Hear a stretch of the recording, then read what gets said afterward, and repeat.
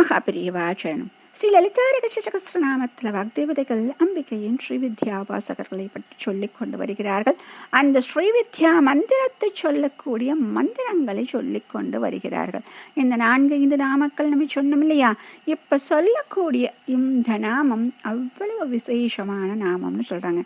லலிதா சகஸ்ரநாமத்தில் சொல்லும் பொழுது ஒவ்வொரு நாமமே ஒரு விசேஷம் என்றால் இந்த நாமம் அற்புதமான ஒரு நாமம். ஓம் ஸ்ரீவித்யாயை நமஹ.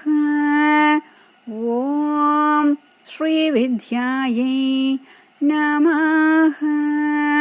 அப்போ ஸ்ரீவித்யா அப்படின்னு சொல்றது என்ன அப்படின்னா பஞ்சதசாட்சரி அப்படின்னு சொல்லக்கூடிய 15 அக்ஷரங்கள் உள்ள மகா மந்திரம். இந்த பஞ்சதசாட்சரி சொல்லும் பொழுது அம்பாள் ஸ்வரூபமாகவே அவள் இருக்கிறாள். அந்த பஞ்சதசாட்சரி என்கிறது அம்பாள் ஸ்வரூபமாகவே இருக்கக்கூடிய அந்த மந்திரம், அந்த மந்திர வடிவமாகவே அவள் இருக்கிறாள். அப்ப இந்த 15 அக்ஷரங்கள் உள்ள மகா மந்திரம் அப்படிங்கிறது எல்லா மந்திரங்களிலும் உயர்ந்தது. அதுதான் ஸ்ரீவித்யா மந்திரம் சொல்றோம். அது பஞ்சதசாட்சரின்னு சொல்றோம். இது ரொம்ப உசத்தியானதுன்னு சொல்லிட்டோம். இது 3 கூடங்கள் அப்படின்னு சொல்லி ஒவ்வொரு கூடங்களையும் சொல்லி அந்த கூடங்களில் இருக்கக்கூடிய அந்த வீட்சாட்சர மந்திரங்களை சொல்லி அதை குருமுகமாக நாம் கற்றுக்கொள்வது அப்படிங்கிறது தான் உசத்தியான இந்த ஸ்ரீவித்யை மந்திரத்தை பெறுவதற்கு முறையான வழி.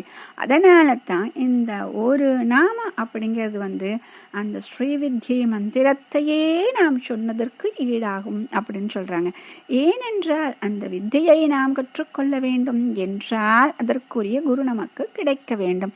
அப்படிப்பட்ட குரு கிடைக்க வேண்டும் என்றால் நாம் அவளுடைய கருணா கடாட்சத்திற்கு பாத்திரமாக வேண்டும். அதுவரையில் நாம் என்ன செய்ய முடியும் என்றால் இந்த மந்திரத்தை சொல்ல சொல்ல சொல்ல அந்த ஸ்ரீவித்யாக இருக்கக்கூடிய அந்த அம்பிகை மனமுருகி நமக்கு இந்த ஸ்ரீவித்யை புரிவதற்கு ஒரு குருவையும் நமக்கு காட்டுவாள் என்று சொல்கிறார்கள். அதனால தான் இந்த மந்திரத்திற்கு அவ்வளவு சக்தியான சக்தி என்று சொல்கிறார்கள். ஆக இந்த ஒரு மந்திரம் அவ்வளவு அற்புதமான மந்திரம்.